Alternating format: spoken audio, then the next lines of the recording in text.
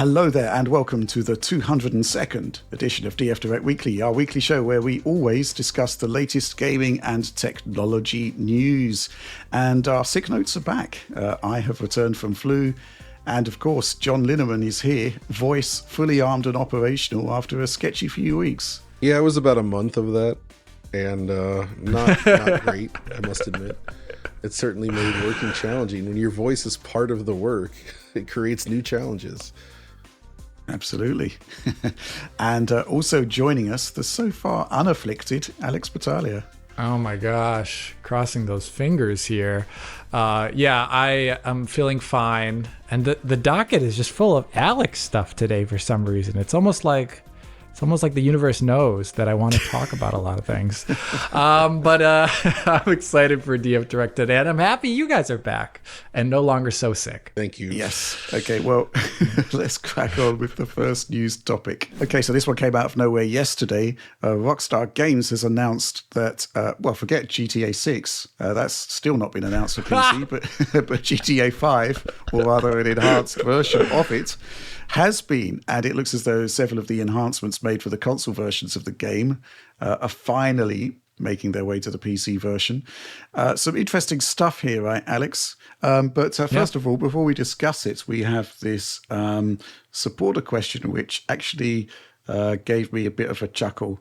Let's have a look at it.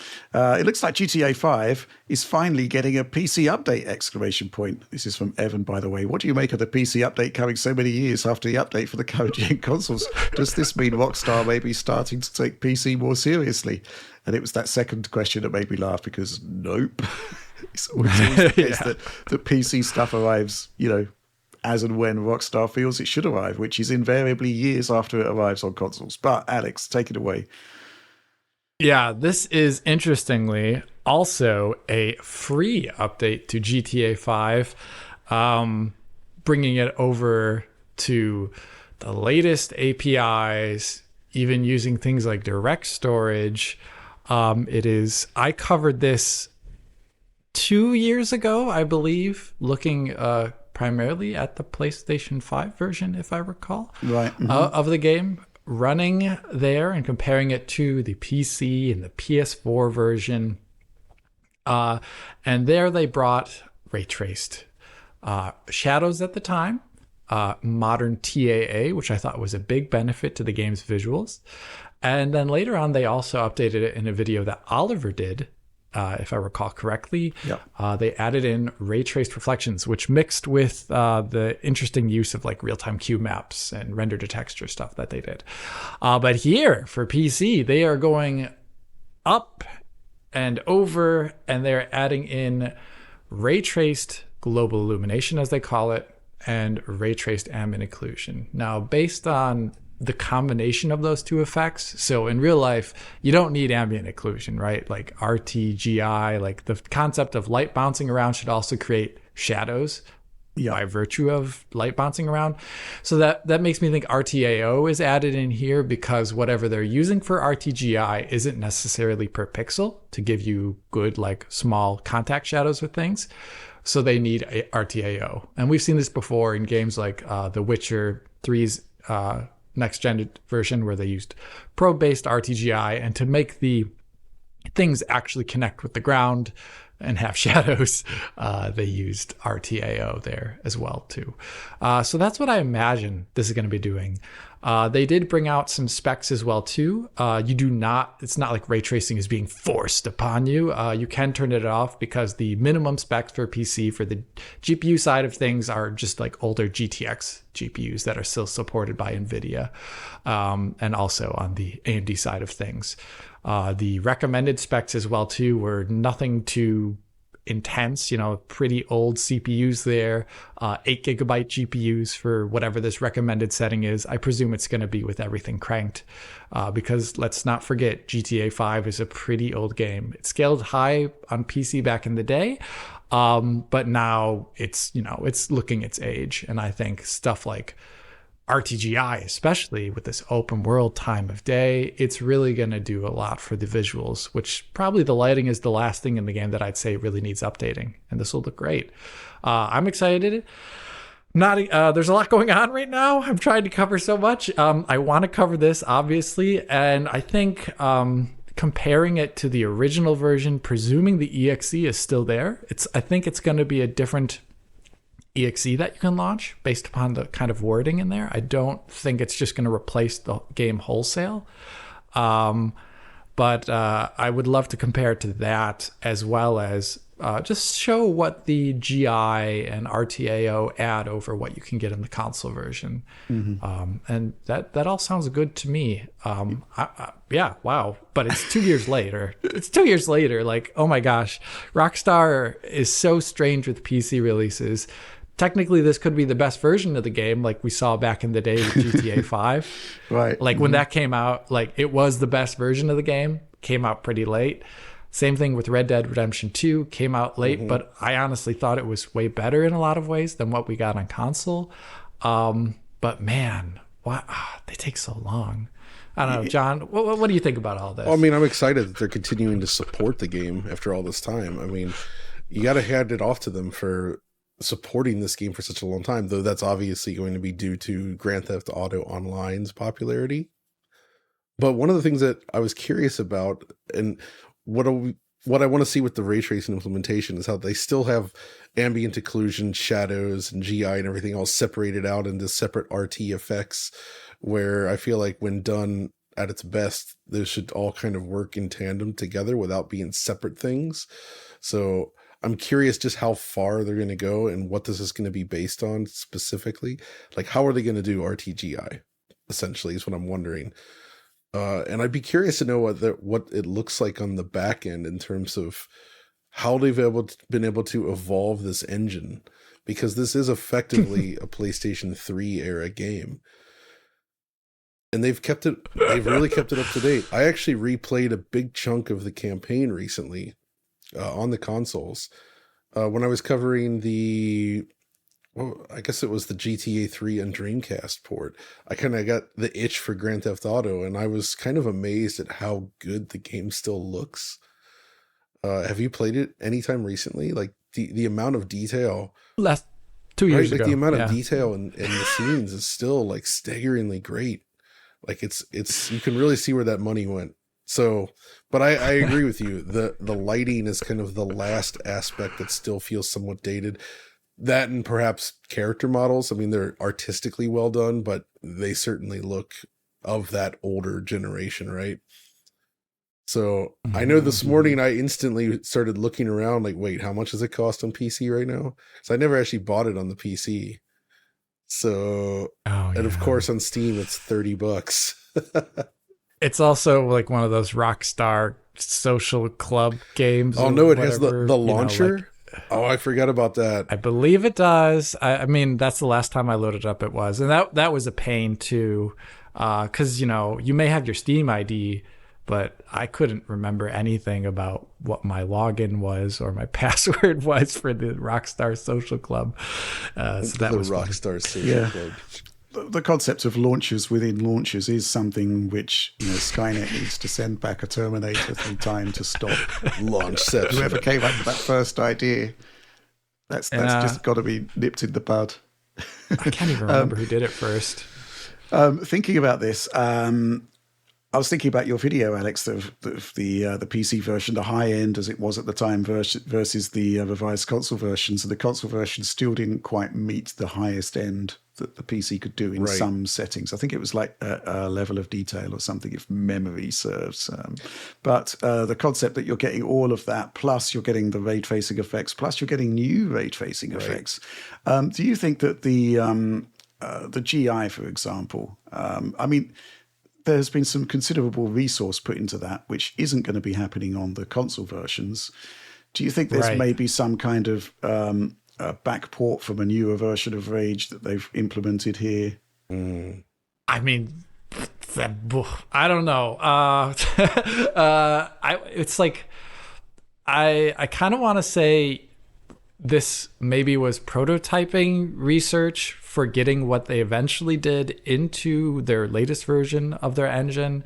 Like they wanted to see, okay, how can we get, what do ray trace shadows look like? What does denoising look like? What is all these things? And they maybe start prototyping it in an older version of the engine, and then worked on maybe even visually different versions of it based upon that prototyping.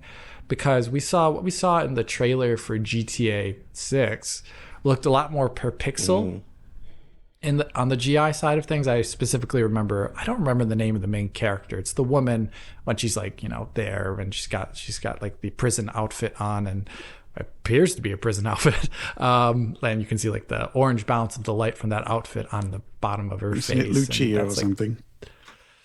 That sounds right. Sure, let's just say that. And I remember that. And based upon the wording here, I would be surprised if it was per pixel. If it was, it would be like a radically different looking game. But I don't know. There isn't really any good media with it too. The screenshots that they have there are not exactly the ones I would have chosen. The other thing I'm curious about is if they allow already existing ray tracing features to be scaled further.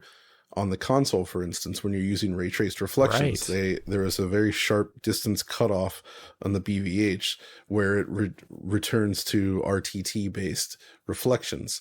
And I actually did find that rather distracting when driving around the city, because you have these glass buildings, and the way the RTT works makes the reflections look often rather awkward and just sort of stretching and moving unnaturally. And you kind of feel that cutoff point between where it toggles over to the ray traced reflections.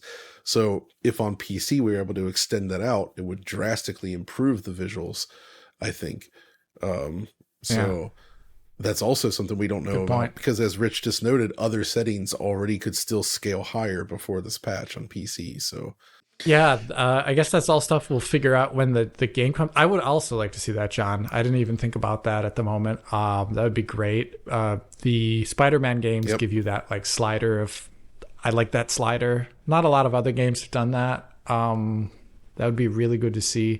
Yeah, but it's so interesting if it is actually like them putting this hardcore technology into that game years later on PC and on console. It's like them investing into something which primarily maybe didn't even require that much investment. I guess it's just another thing that they want to put money into because they want people to keep playing GTA Online until GTA 6 Online comes out, because it's such a cash. Well, I feel like GTA 6 Online is very likely just to be an extension of GTA Online as it is now, right? It wouldn't make sense to restart it necessarily because they have so much invested in this. So I mean, obviously we have no idea how they're going to continue it, but also there was that recent report this week about them investigating a Roblox-like experience. Oh no! Not in the sense that it's actually like, oh yeah, this is Roblox. It's embracing what's good about Roblox, which is essentially allowing creators to build things for it, where they give you the interface, the quote unquote mod tools, everything necessary to create your own content, which actually does seem like a logical next step for GTA's online presence. Right. Probably is, yeah. I was just looking at some of the other spec points or other technical enhancements. I was thinking AMD FSR 1 support. And then I was thinking to myself, well, actually, it is a game that scales across like decades worth of technologies at this point. So why not? FSR 3 should give us a good through path to FSR 4 support for the latest AMD GPUs. Might even be in there from day one for all we know.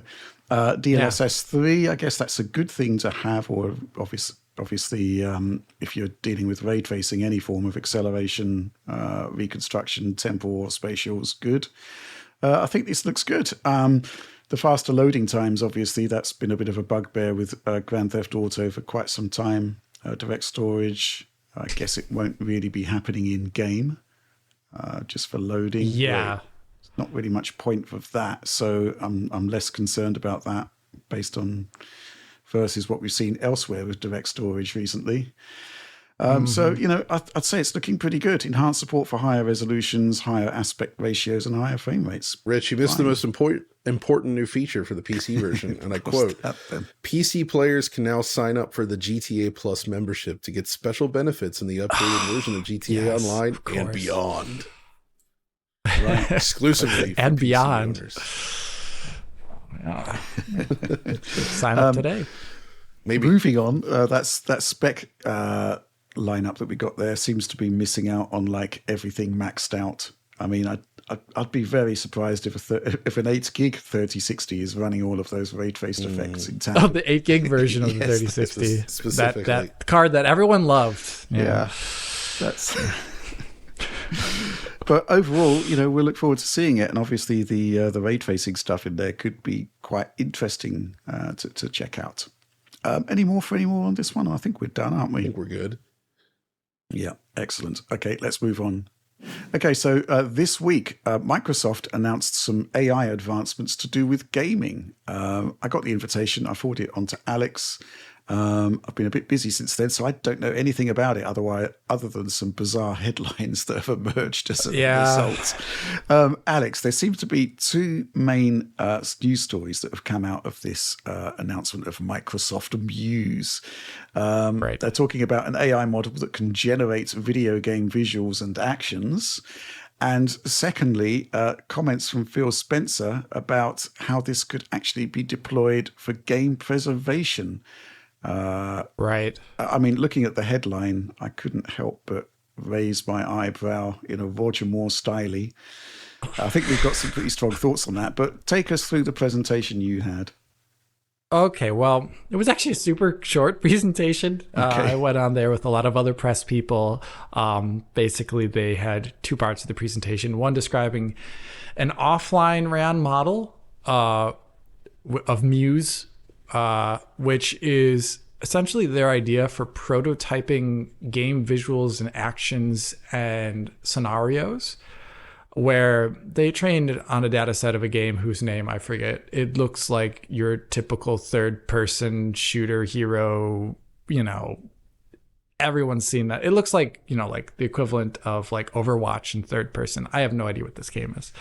But they trained on that, and they can essentially give up situations and users and produce output video that allows you to say like, okay, what can we do with this? Let's increase the hit points of this person by this much. Let's see what the movement is like on this. And the idea there is essentially, I guess with a large enough training data set and with good enough prompts, you could start prototyping game ideas visually, without having to do any of the implementation yourself. The idea is a bit like, like concept art painting for gameplay without actually coding. I think that's what they're trying to get at with this original offline model. And I can see that as being maybe somewhat of a positive thing for game development. Although right now the use case was extremely specific. It's like, look at this one game, this one type of game. So that is less maybe useful for a broader scope of gaming. But the other thing that they showed off was, it was a bit weird. Now, this was a real-time model of a similar thing, but with a controller input, where they, if you've ever seen, there was another, I forget who made it, but there was, Oliver would know better than I would, where there was a generative model of Doom, where it would have, it was trained on all the art and gameplay actions of Doom, and it could like move around. I think it was like, what was it, like Doom's, it was like, E1M3, or, it was like one of those levels, and it would like, you could shoot zombies, and you could pick up ammo, but like maybe the ammo counter wouldn't go up, or you would turn around and the zombie would be gone or he'd be back. It had a very they actually were generating a game in real time with this machine learning, but it had very low memory, like how much it could actually remember. It would forget things like an amnesiac, like extremely quickly. And this model they showed off of a similar thing based upon the training in this one game that I cannot remember the name of. Bleeding Edge. Thank you there, John. Yeah, Thank Alex, you so much. I'm continually amused by the attention to detail that we got here. We've got these fascinating insights, but like basic detail is missing. I'm kind of reminded of the BBC series Sherlock, where Yes. detail is basically stored in his hard drive, and anything that he doesn't think is important, like the fact that the Earth circles the sun, is just deleted in favor of information that matters. So for me, like the game, like let's be honest, the name Bleeding Edge is not to be fair, it didn't last long, that particular game. No. This is true. So yeah, everyone forgot about it, and I did too. But the point of what I'm saying here is they showed this model, this real-time model, where you could like jump in it, you could move forward. The world would maintain consistency actually throughout all these things. They had a concept of 3D space in it, like you could jump from the bottom level to the top of a level of something, then turn around and see the level below you. So it was generating like a concept, a topology of 3D space in there. It had a sense of movement, momentum, and all these things based upon this trained game data.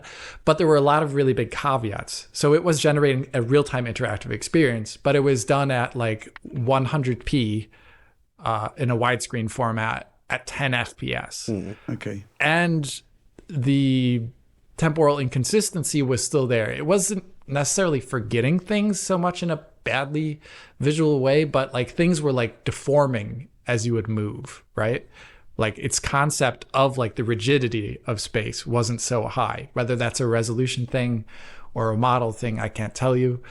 But that is an interesting concept for me, but I'm not sure if I feel like that is the way forward for generative AI models in video games, because it's like, it's starting with nothing. The only input data it has is the training set and then your actions. But I feel like that is like the abstraction then to make something real is so large that it has to spend so much energy and effort to make something which isn't very good in the first place.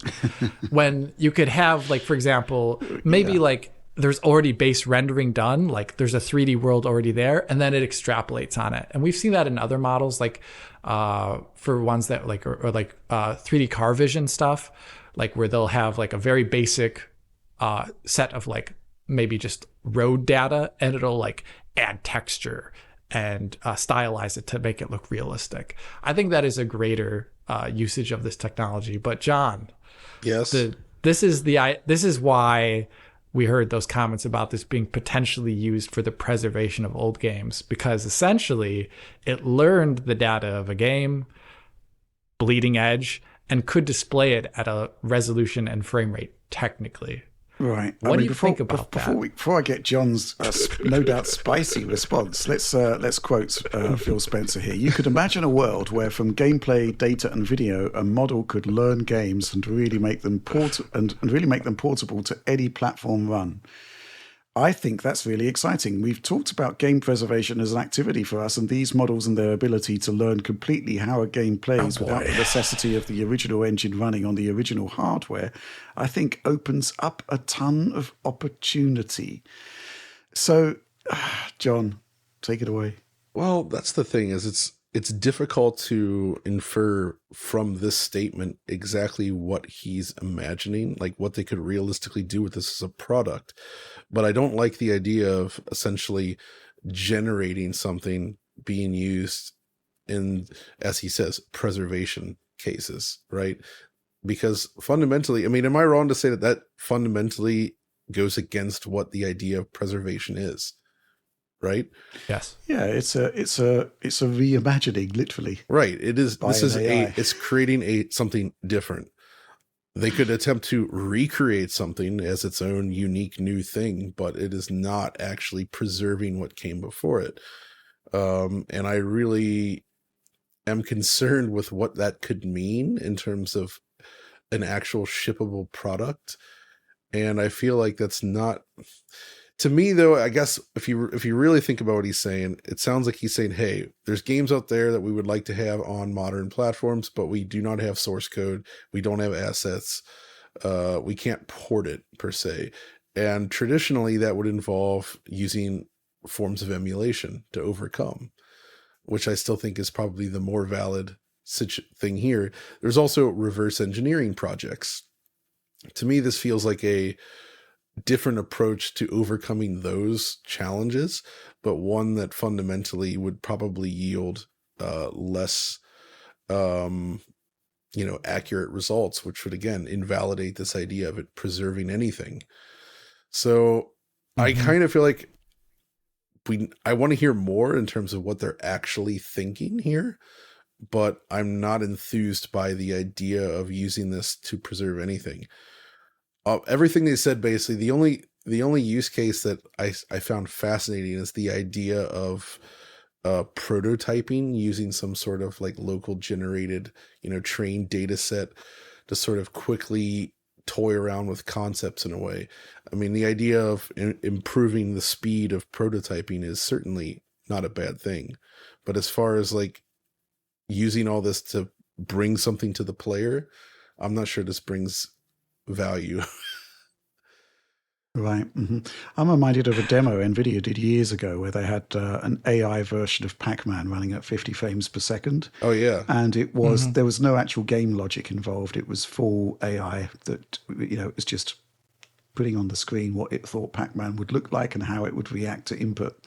So that does kind of remind me of this in some respects.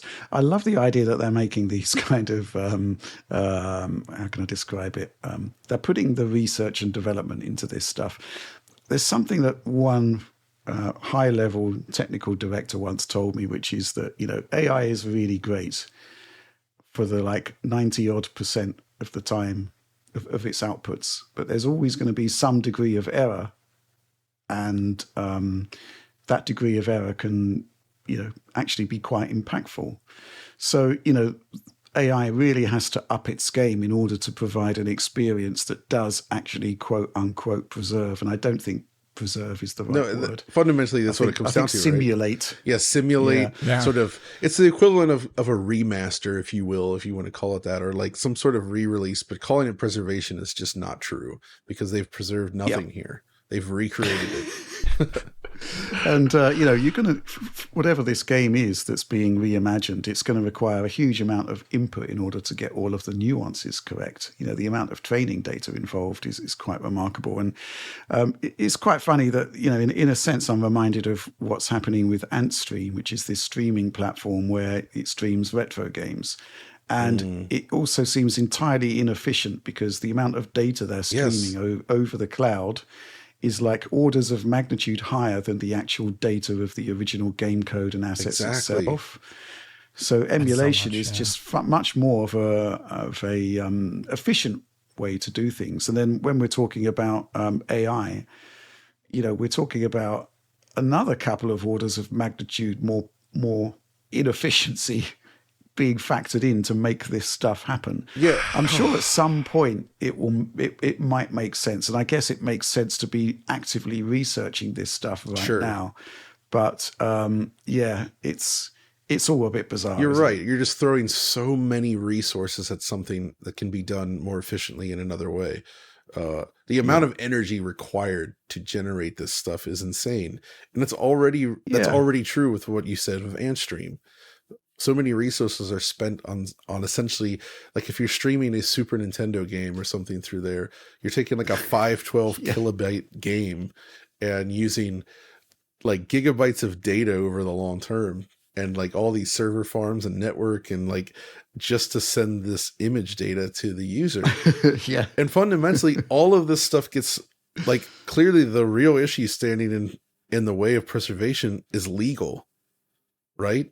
Right. 100%, like they can emulate this stuff. They can pay people to reverse engineer these projects. We've seen that. Like imagine like the recent Star Fox 64 re-release, right? That was re-engineered from the ground up. They reverse engineered this thing and created something new out of it. These guys did not do this for money, obviously. Imagine just paying a team to do that. If you really want to bring something back, pay the people and have them do it the right way. This is the kind of work that companies like Night Dive are doing as well, right? These games were not legally out there anymore and not in the traditional sense. You couldn't, they obtain those rights and then they go through the effort of sort of rebuilding these new versions of the games. Offloading this to like an AI function to some degree just doesn't appeal as somebody that is interested in preserving the experience of these games. I just love the idea of us all having fusion reactors in our house to make this stuff happen in order to re-emulate Panzer Dragoon Saga in the modern day.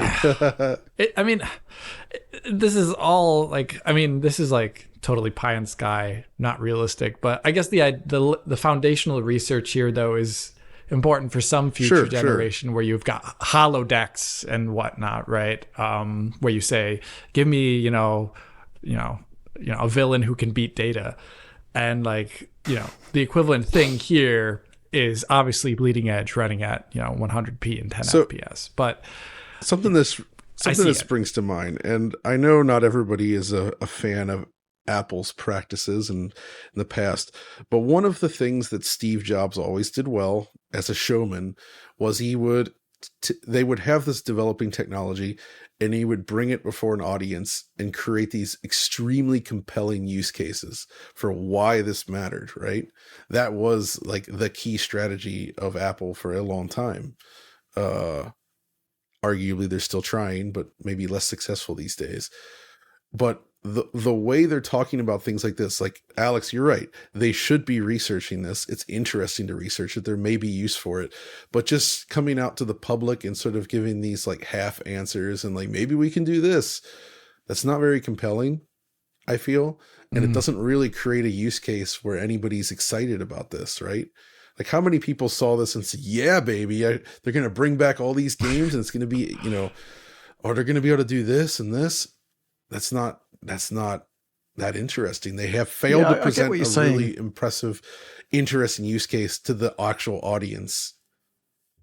Right. Yeah. Mm-hmm. I mean, I'm looking at this Phil Spencer quote again. You could imagine a world where from gameplay data and a video, a model could learn games and really make them portable to any platform. You could imagine a world, and to quote Han Solo, I can imagine quite a lot. but as to whether we're going to see any actual application of this, they've got a web page on this and they've got some embedded videos on there, and I guess from a more sort of holistic standpoint, the fact that it's able to do this at all is, even if it is like 100p at 10 frames per second, it is recognizably gameplay. Yeah. It is a pretty impressive achievement, I think. Yeah, that's true. The achievement itself is cool. It's impressive. Yeah. Not to knock that. I think maybe it's a case of a tool that kind of just needs a much more compelling reason to exist. But interesting nonetheless. It's also interesting that they've chosen to reveal this at this point as well. I'm wondering why they're doing that. It would have been a cool thing to do at GDC, for example, as opposed to some sort of standalone PR beat that they've done here. Interesting stuff. Okay, well, that's that for now. Let's move on. Okay, an interesting news story emerged this week. Job listings for the sequel to Cyberpunk 2077 have emerged. And the key talking point seems to be that CD Projekt Red is aiming to deliver, quote unquote, the most realistic crowds ever seen in a video game. Now, on the one hand, you might think, big deal. But on the other hand, when you think about the believability of an open world, it very much comes down to not just the world itself, but how it's inhabited, right? What's happening with the people that live in this world. And I think for my money, it's still basically Rockstar who've done the best with NPCs on that front. They do some pretty amazing stuff going all the way back to like GTA4. Alex, this news story has a number of sort of hints about what's happening with the next Cyberpunk, but I'm curious what you make of all of this. Well, I'm interested kind of how it's maybe going to remedy some of the criticisms of Cyberpunk 2077, where I really like that game. And I think the world on a visual level, as you're going through it, is very, very compelling. But there's a number of moments, and I think even John highlighted this in his original video, where you could just you can really often turn a corner and then walk back, not even 5 seconds later, and all of a sudden the NPCs there are completely different. Or you right.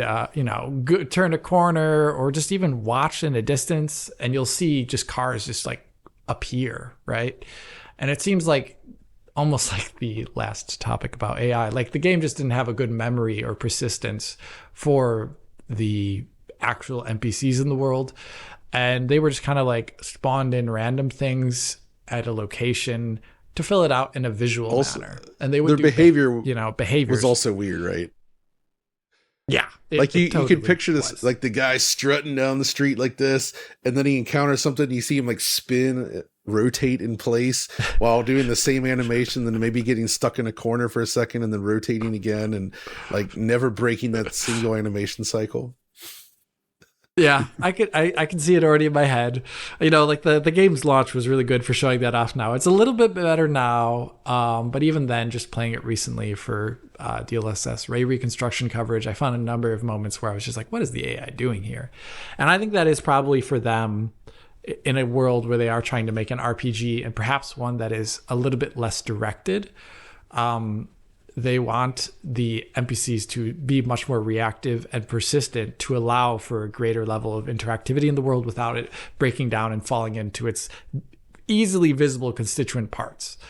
And I think that is really amazing. Mm-hmm. I'm curious, though, to see if it will leverage any of the technology we've been seeing demoed. Like when Oliver and I went to CES, we saw a demo for a Korean Sims-like game, the name of which escapes me, unfortunately, at the moment.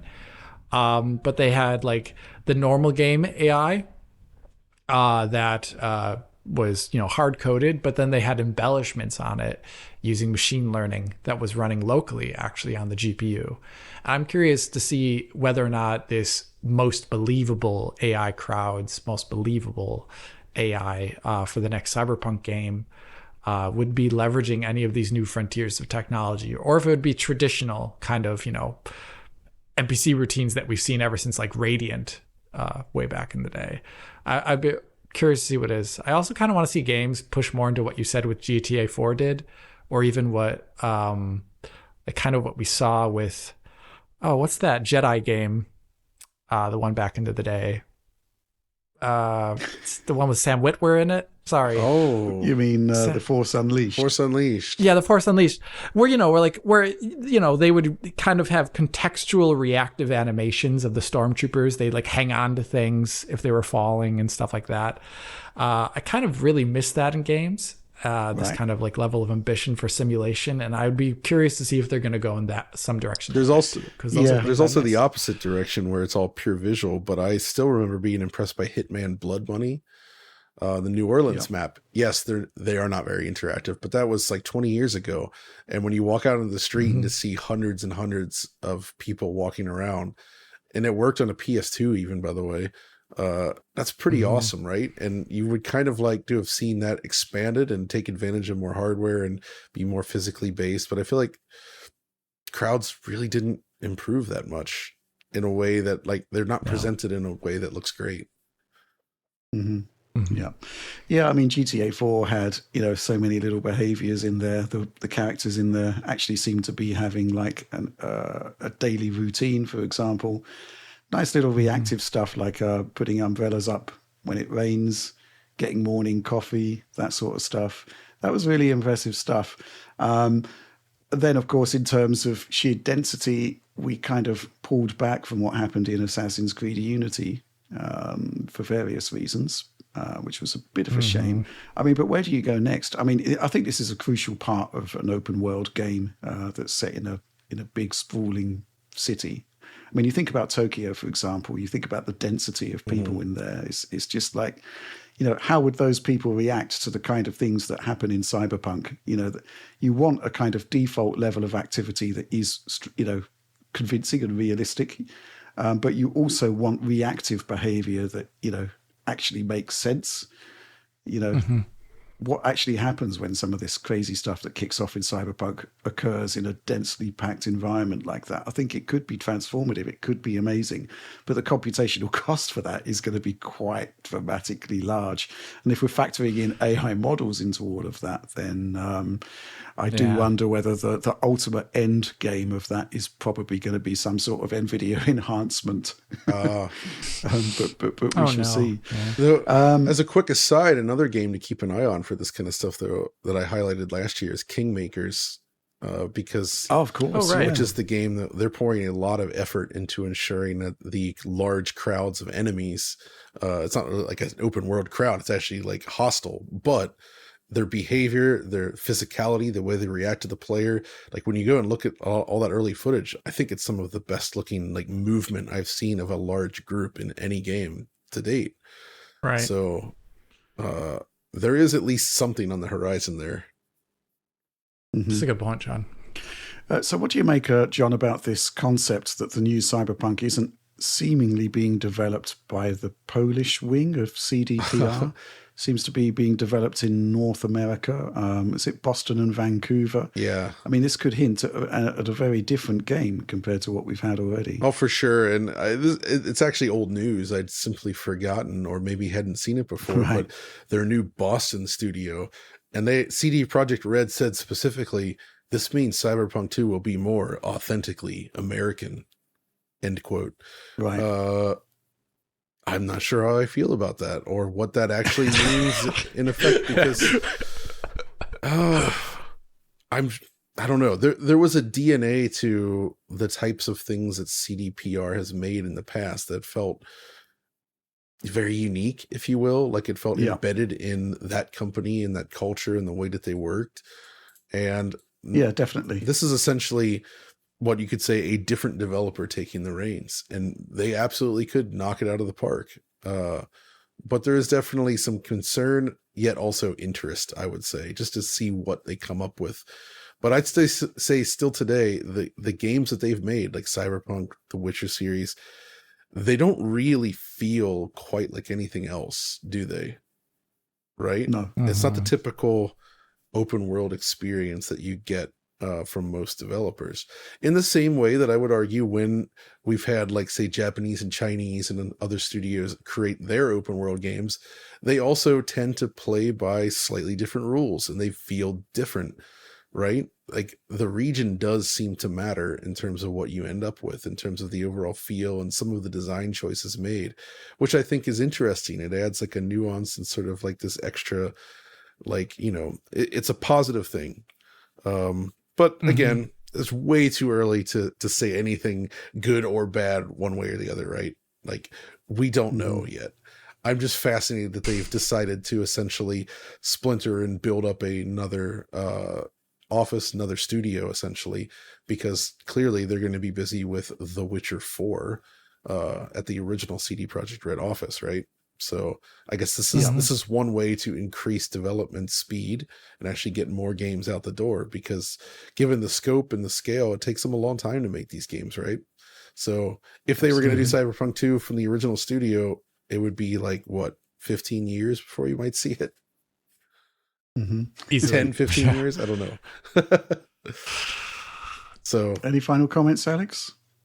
Well, I'm actually curious that they chose to leave the European continent for their new studios. Dude, you know, like always when they talk about development in the United States, it's always kind of focusing on that the cost of living there is comparatively high, so salaries have to be a lot higher and things like that. So the quote unquote money efficiency you get from developing like in Los Angeles versus developing in Czech Republic, Poland, or something like that.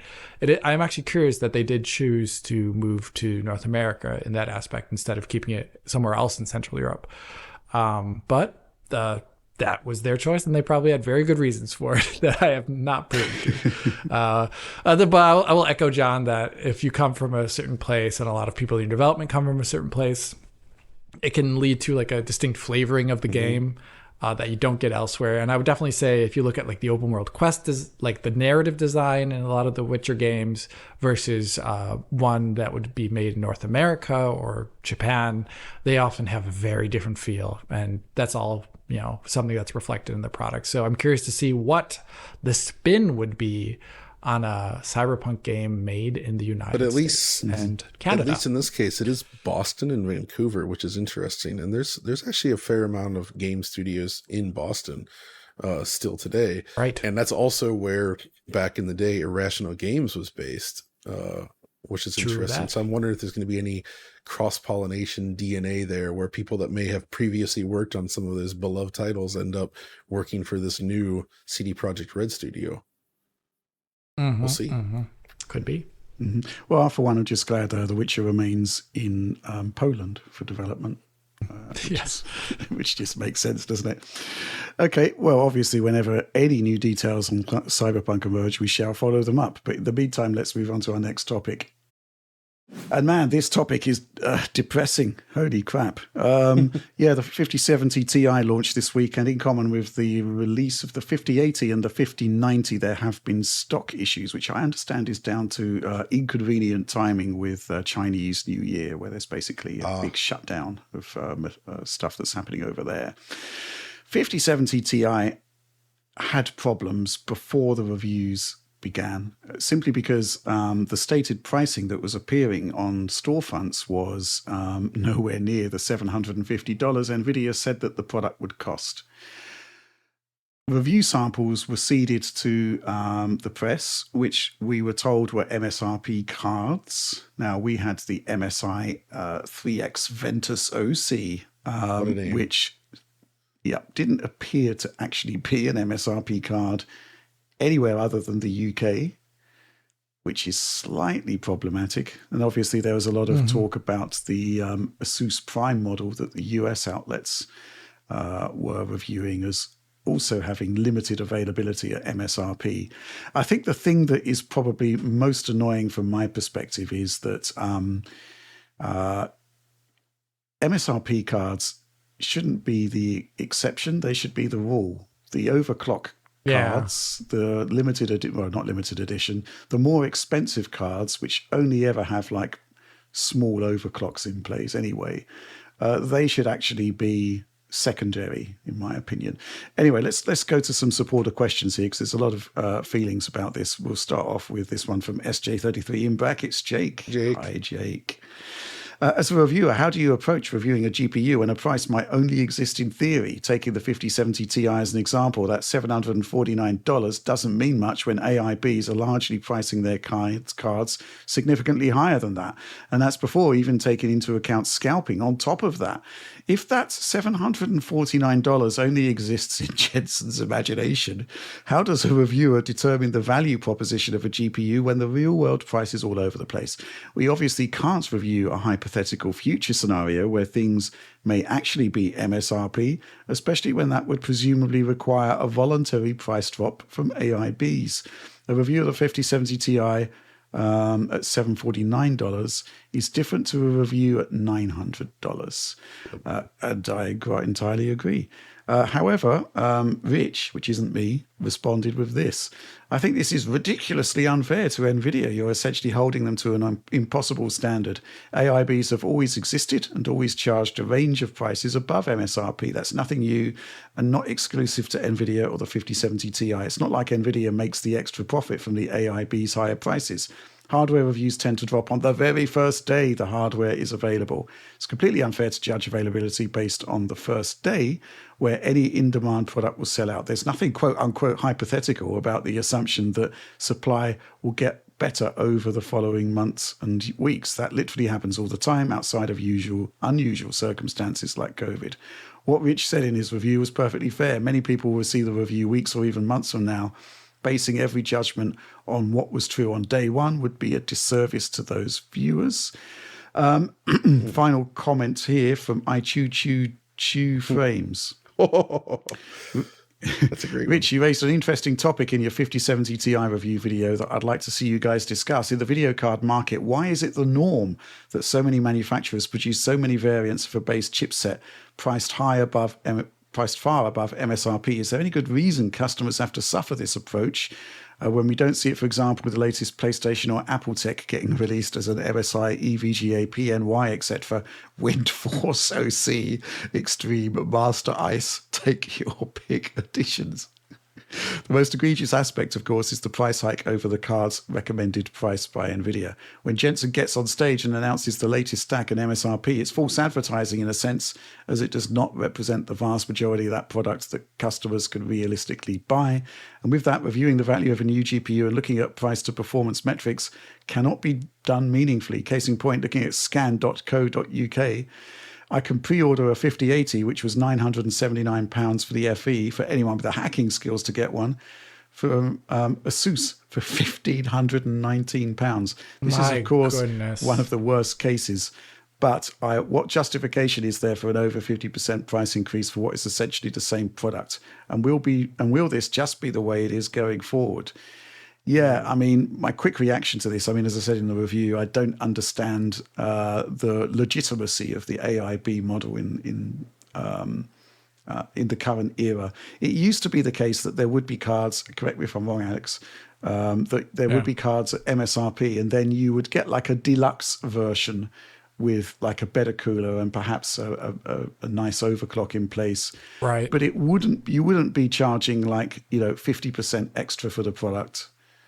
No, unless it was doing something gigantically extreme that transforms the product. That's not happening here. No, the like extreme case in the back days, like I was just thinking about like the 8800 GT. There's the EVGA one, there was the 8800 GT, then there was the SC, the SSC, and then there would maybe be a different model above that. There were some rare AIBs who would double the VRAM amount, stuff like that. Mm-hmm. Another thing would be low profile cards. Those still technically exist, but they are definitely not at all the norm. Like for PNY to make a low profile or something like that. Those are not the common ones. There would also be ones that would only use passive cooling, not possible in the current day and age probably. And then there'd be your Kingpin, right? The card that is designed to come with a water block, maybe even something else. It would have like a completely tunable voltage, all of these things. But I am really agreeing with the second comment, and as also in your review, as you mentioned, that the AIB model for me now seems, for a lot of cards, like some weird middleman that purely exists to extract more value from the consumer and doesn't actually offer valid differentiation for the price increase. And that example from the 1,500 pound ASUS 5080 or yeah, I mean, there's no card that should be that much for a 5080. It's just not worth it. Like, well, a 5080 Ti, perhaps. Oh, yeah. Which is a completely different product, right? That's the sort of issue that we're dealing with here. Yeah, I mean, what can I say? John, do you have any thoughts on this before I weigh in still further? No, I mean, I'm completely in agreement with you guys, and it's interesting to see how the market has evolved in these days. But as I insinuated there, I do miss the days of the evil commando. I mean, if you're going to put out these more expensive cars, at least give it a great name, right? Yeah, and a picture of a poorly rendered cyborg on the front. Right, with the shiny metal finish. Right, that's what we're missing here. That's amazing. Oh, dear. Yeah, I was just trying to pull it. I mean, obviously, one of the most expensive cars, I think, was the ASUS version, which has come up. I'm just looking up to see. I mean, I'm looking at Guru 3D at the moment, and TimeSpy graphics score. The standard 5070 Gi, 27,773 score there. Right. The ASUS one, 27,981. So, oh my God, percentage-wise, that's pitiful. Yeah. What's the point? What is the point? I mean, it is, as you say, Alex, seemingly a decision to extract more value in some nebulous way. I'm sure there's further overclocking that can be had from it, but ultimately the era of overclocking kind of tailed off post Maxwell, where Nvidia and just about everyone else thought, hey, why are we actually building in overclocking headroom into our products when we can give the vast majority of it to our users as standard? Mm-hmm. And so, the concept of overclocking has been diminished, and therefore the concept of strapping on gigantic fans and heat sinks onto designs that don't really need it has also caused this issue. But what's happening now is that, we're seeing this vast array of products on launch day where we don't need a vast array of products. We just want a product that's available for the stated price point that does the job in a competent way. And, anything else is gravy. If you want that stuff, then, maybe in the second wave, produce those cards that come along and for the enthusiasts to tool around with, for example. But the concepts that you have this vast array of 5070 Ti's available at launch, very few of which you can actually buy, very few of which are actually at MSRP. It's seemingly a relic of a bygone age here. And at this point, it's just serving to wind people up completely. I feel like you just kind of explained why they can do it, though, because like you said, you can't buy these because they're all sold out. So this is the elephant in the room, right? Which is the concept of market price, which is the concept that if it sells, then somebody wants to buy it at that price. And then, insult to injury, there's the concept that there'll be an additional scalper's fee added when that card is then resold. Fundamentally, there needs to be a complete rethink of this. I think part of the thing that's exacerbating the problem with the 5070 Ti is that there's no Founders Edition card. Founders Edition always sort of sets a baseline, so to speak. Right. And you'd hope that they would be produced in sufficient volumes. But, ultimately, this just creates a really bad consumer experience for people that want NVIDIA GPUs. And surely NVIDIA's got to sit up and take notice. They've got this loyalty program being resurrected where, you can essentially verify yourself as a gamer, as remarkable as that sounds, and get access to Founders Edition cards. A step in the right direction, but it just seems to me that the whole system at the moment is gamed towards marking up these things as much as the market will tolerate, and in the meantime, really annoying customers at the same time. Why is this only happening on graphics cards? I mean, 9800X3D, AMD puts out a CPU. You don't have an ASUS version of it with a gigantic cooler attached and RGB lights. You're free to choose your own cooler. Well, the whole point of the PC market is that you customize it to what you want, right? So, the 9800X3D, you buy the cooler that's best for your build. The concept that decision is sort of taken away from you with these 1,500 quid cards. Which look ugly, by the way. It's insane. Yeah, they're hideous. Most of them do, yeah. I mean, that's the other thing, of course. Imagine if there was a 3070 with 16 gigs of RAM. Or a 5070 with 24, right? Like, imagine if AIBs were actually bringing value there for the price. Like, I think someone would actually buy a 5070 with 24 gigs of RAM because that GPU is super compelling, probably when it comes out. But if it's limited by 12 gigabytes, a lot of people are going to see a lack of utility there. But then you come in as an AIB, actually add some value there and differentiate the product. But that won't happen. Either is that Nvidia saying, no, don't make that product. That ruins our stack. I think historically there have been stories that that Nvidia does define what the stack looks like and what the core composition of the product is, and AIBs have to work within those restrictions. Obviously, we've got the situation at the moment where you can actually get higher capacity modules. GDDR7, which would be a differentiating factor, right? It could be a game changer for something like the 5060 that's coming out, which allegedly has 8 gigabytes of RAM. What can I say? It's horrifying to me as a content producer to be told that, hey, here's this MSRP card, go ahead and review it. And then to sort of find out after the fact that it's not an MSRP card outside of the UK, when the vast majority of our audience are not in the UK. There's got to be more transparency about this. There's got to be a more robust pre-ordering system, because basically what happened on the 20th when the cards appeared was, everybody's sort of set up their own, multi-tab browser setup for, all of their major stores. 5070 Ti put into the search parameters F5ing until something comes up. hurriedly trying to get the cheapest possible card, the card that's, I say cheap, it's actually what Nvidia says it's going to cost. And then, a lot of people end up disappointed.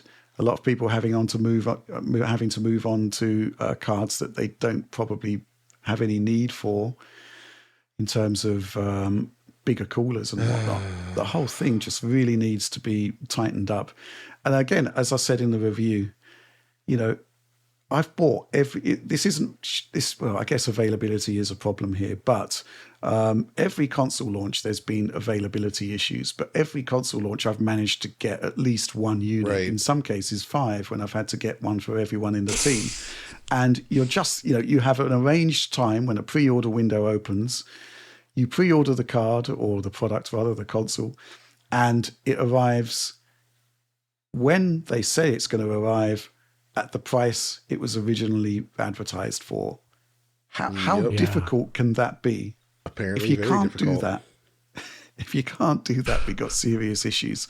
Man, I suspect things will probably be easier with the 5070. I suspect, based on the stories of stockpiling of the AMD RDNA 4 cards, which apparently has been going on for some months now, that'd be less of an issue there potentially. I guess the other thing that I hope so. I guess the other thing that springs to mind is that, there's been some negative reactions to primarily the 5080 and the 5070 Ti in terms of the core performance of the product, and yet the demand is clearly there for these products, which I find quite interesting. man. And I think part of the reason for that is that Nvidia actually does control inventory quite well from their perspective. By the time the 5070 Ti comes out, it's basically impossible to get a 4070 Ti Super at MSRP.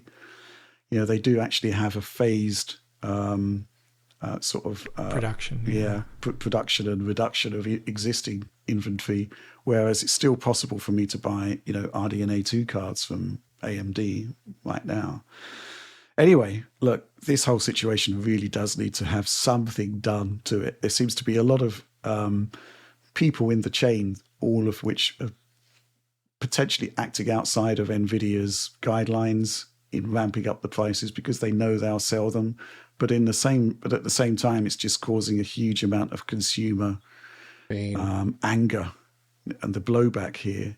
And it's very difficult, going back to some of these questions, to actually decide how to review them, because value is Right. if you've got a whole stack of cards with varying levels of performance, how much performance you're getting for the money is a crucial aspect of that, right? You can't not ignore it.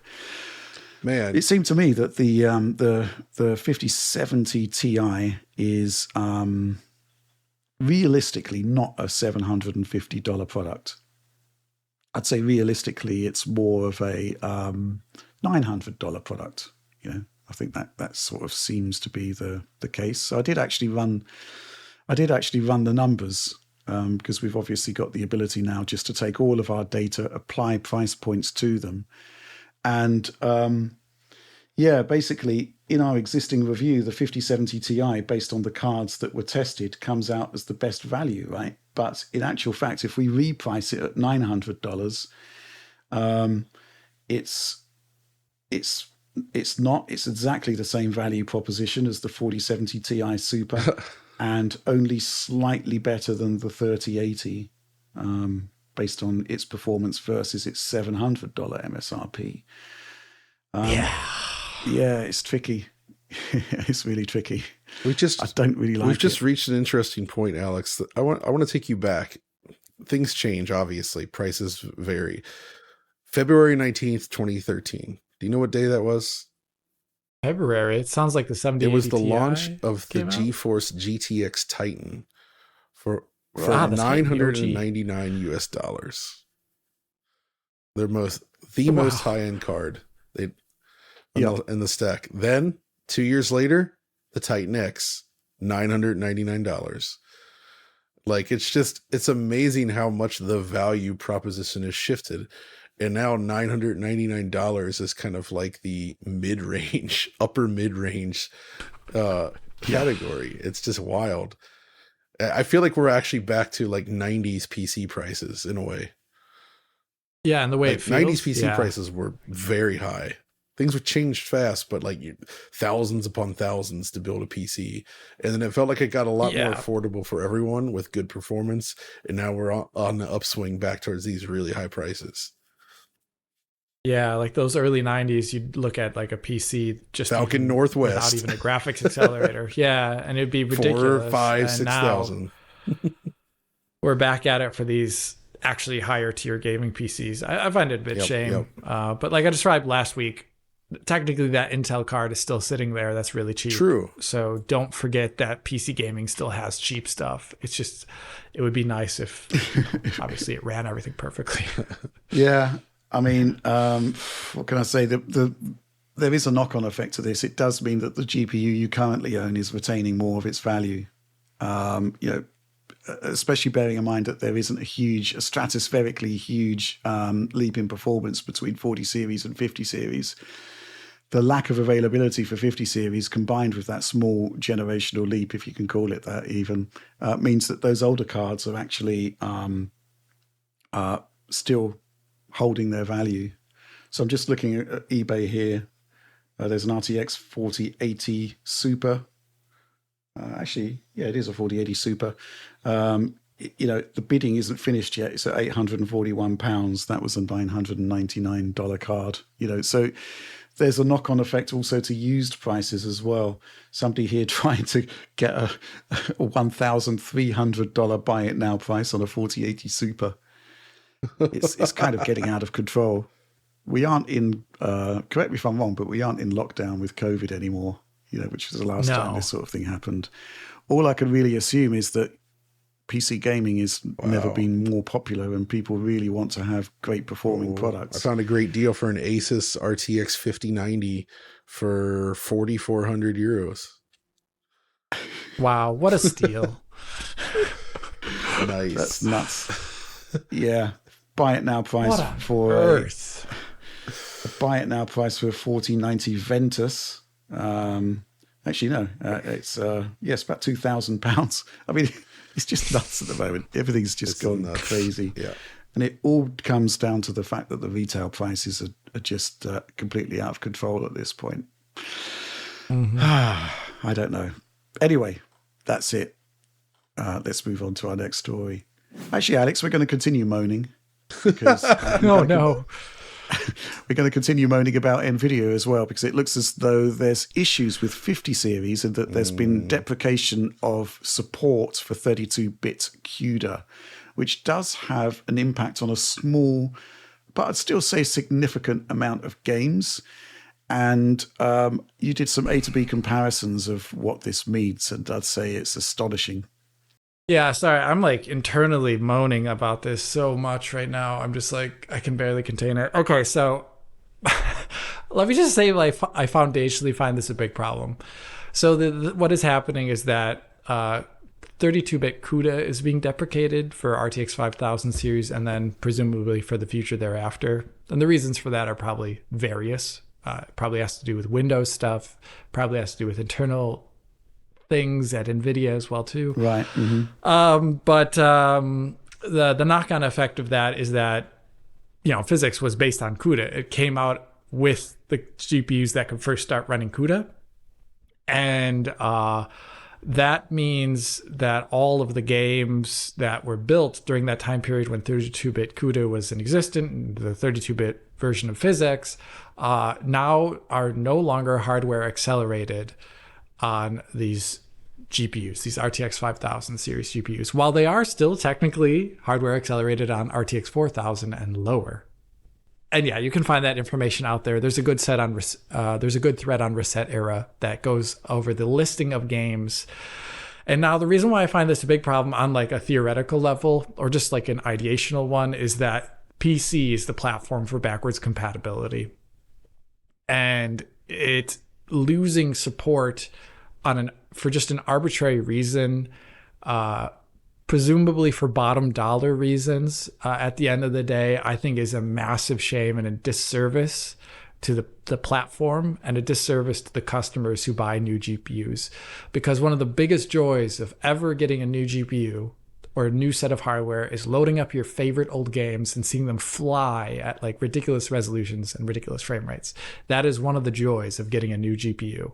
And Nvidia is just really taking a dump over that legacy, taking a dump over the legacy of what PhysX was to the brand back in the day. So now the truth of the matter is that when you play a game like this is Arkham Asylum, which was the headliner game back in the day for PhysX GPU PhysX support when it came out, added a whole lot of really cool stuff, including fluid smoke PhysX.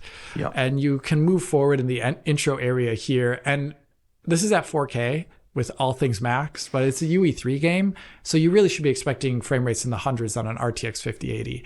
But it's like really wobbly. And if you look at the GPU utilization, which I've thrown in the left-hand corner here, you'll see it is nowhere near 100% the entire time. Start moving forward again, get around to where the Joker's going down on this little elevator into the area where you start seeing the actual like fluid, cool smoke effects that are added into the game from PhysX. And you see that the frame rate tanks down to like 17 FPS. Frame times are ridiculously broken. And that is the kind of experience you should expect now, because effects that were designed to run purely on really large, very wide GPUs are now being run on a single CPU thread, most likely, and doing it very inefficiently, because physics at this time was not designed around CPU calculations at all. And the performance is nowhere near real time. The situation is that an RTX 5000 user is getting a worse experience playing older games than an RTX 4000 user, even though they spent maybe, I'm showing RTX 5080 here, but you could show the exact same thing on RTX 5090. The thing that is limiting performance is now CPU, and that's why the GPU is completely underutilized if you look in the top left-hand corner here. And I find this a really big problem because some of the coolest games on PC back in the day had PhysX support. You got this one, you got Mirror's Edge. I love Cryostasis. That is a niche game. You know, just go back. Mafia 2's PhysX were amazing. And it's just like that legacy is now gone. And the only way to actually make this work now is I have footage here on the right of the same RTX 5080, but I've also stuffed an RTX 3060 into the same machine without anything hooked up to it other than the power. And from there, you can, in the NVIDIA control panel, actually add a dedicated card, which only does PhysX calculations. And when you do that, the GPU utilization of the RTX 5080 stays at 100% the full time, and you get an amazing experience of the game running at 4K, constantly above 120 FPS, fully maxed out with all these crazy PhysX going on. And the physics are actually amazing. You go back to this game and you see something that even modern games don't do. That's an amazing experience, I think. And that's the PC experience. And NVIDIA doesn't want that for some reason. So I am very saddened by this. I heard the news, Alex, and I was thinking to myself, okay, right, it's been decades basically since these games came along. Surely CPUs have actually progressed to the point where they can do a pretty good job with these effects now with using the fallback. And then I saw your footage. Saw that footage. And it was like, you know, Edmund Blackadder hearing one of Baldrick's cunning plans. It's like, oh, God. And, you know, that was really disappointing. And then I saw the right-hand side part of your footage where you had indeed just stuffed a 3060 in there. I suspect that you could put a far less capable card in there. Oh, for sure. To do exactly the same job. But at the same time, you shouldn't have to. And it's disappointing in another way, because I guess for a long time now, we've kind of been hoping that something along the lines of PhysX would actually make a triumphant return to PC gaming. Because, you know, the effects at the time were transformative, and those games are still highly regarded for those PhysX features. And fundamentally, it's just really great stuff, right? And we can't have access even to the legacy stuff anymore. Man, that's disappointing. But to be clear, it's the 32-bit games that are the problem here. So, you know, I said to you yesterday, I bet the smoke in Arkham Knight is going to be a problem. It's not a problem because that's the 64-bit CUDA, right? Yeah, that's a game that runs on 64-bit custom version of UE3. And by that point in time, that's like 2015 or 2016? 15, Excuse me. I forget. Yeah. By that point in time, a lot of titles that would be releasing with PhysX, and there were a lot less of them at that time, Yeah. were using 64-bit because they were now targeting consoles which had more than 4 gigabytes of RAM, right? So that's pretty much the reason why. I've got some more to say about this, but I think this is just a huge misstep from Nvidia. I'm going to bang this drum as loud as I can to make this decision either change or my nth degree goal here is that it shouldn't just be cards in the future. Because now the thing is, these games are going to look worse for every card in the future from now on that is sold. And eventually there's not going to be any RTX 4000 series GPUs anymore. And you're going to have a game that either looks worse or runs way worse than it theoretically could for really no good reason. And I think the best way around this would be to then actually open source the resources that make it possible to make this run on any GPU at this point in time.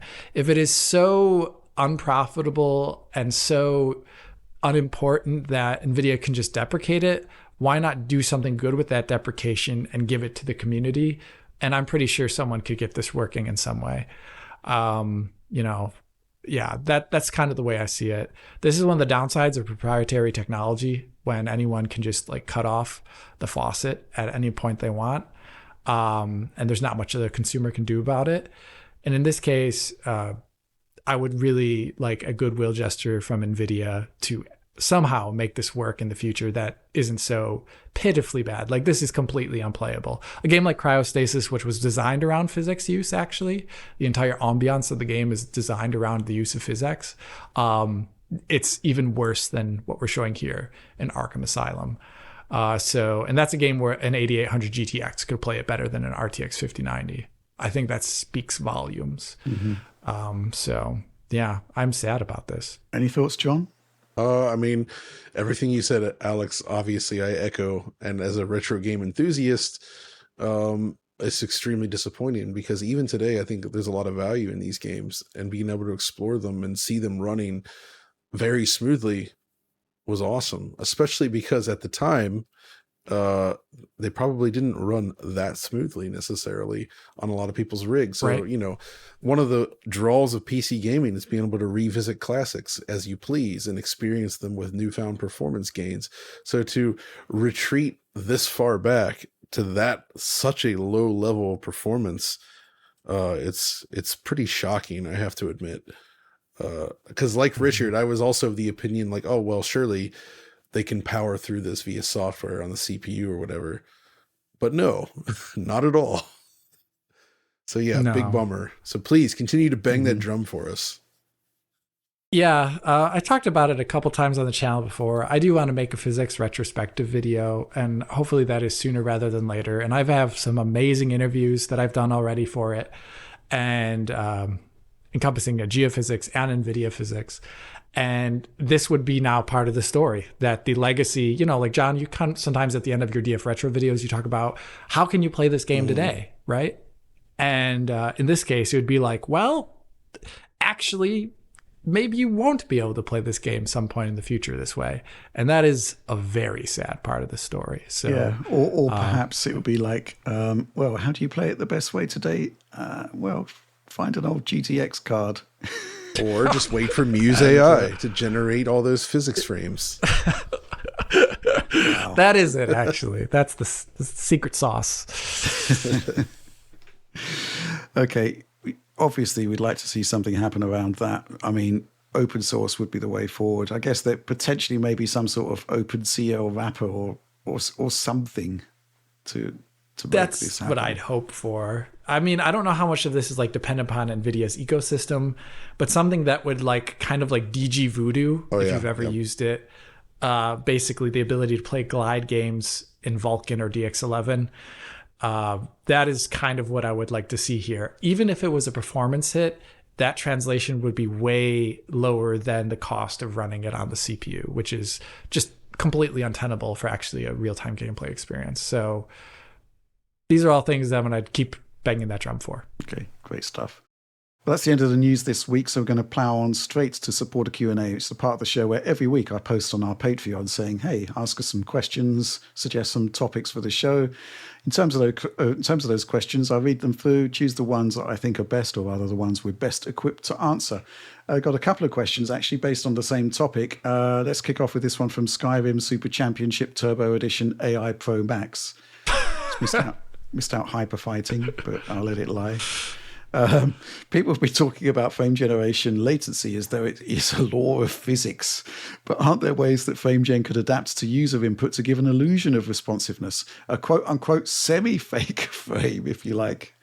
XCO4 writes, what are your thoughts on frame extrapolation as a feature and how it could be talked about in reviews, videos, etc.? I feel like achieving it would be the end game for smoothness / latency, and it would become purely an image quality show-off between GPUs. Okay, so just to put all of this into context, the whole frame generation methodology at the moment is pretty straightforward. You render the current frame, you render the next one, and then you have two frames where you can interpolate what the middle one or the middle ones will look like. The issue being that the calculation time and also the fact you're buffering an extra frame causes extra lag. Frame extrapolation, I guess, is what's kind of being suggested here in terms of this semi-fake frame. What do you make of this, Alex? Because in theory, you could have the game running on the CPU side at full rate, and then rather than hand off to the GPU to render, you would hand off to the GPU to extrapolate the next frame. Yeah, or parts of it. Yeah. I think what would end up happening is extrapolation is going to be like a part of the frame, like he said semi-real frame, or they, sorry, said semi-real frame. And the idea would be like, kind of like the Intel paper showed off that, like 25% or something is actually doing the rendering of that real frame. But then the rest, you just say, stop GPU. And then the rest is kind of based upon previous frames extrapolated forward into the current one rendering. And that gives you a visual result. So you actually you're not getting like the amount of freeness of visual rendering of an interpolated frame where it's actually a lot cheaper, but the extrapolation still would be cheaper than drawing a real frame. And if you think about it, something like DLSS is kind of doing real-time extrapolation already. It's just taking a lot, you're taking that 4K frame and you're only rendering maybe 25% of it, right? Yeah. So the one thing with DLSS 3, 4, and FSR 2 and 3 is that interpolating a frame makes you inherently have one frame of lag at least. And depending upon your base frame rate, as Rich talked recently in a number of his GPU reviews, that is like the differentiating factor. If you have a higher base frame rate, then the input latency increase from using frame generation is mitigated to a certain degree. And Nvidia, as well as all of the VR headset people, have come up with like motion and space warping technology where they take essentially the previously rendered frame and they move it and distort it with like parallax it to give you the illusion of actually still having one-to-one free movement within that frame. And it works pretty well. And for NVIDIA, that is called Reflex 2 now. And right now, Reflex 2 does not work with any frame generation.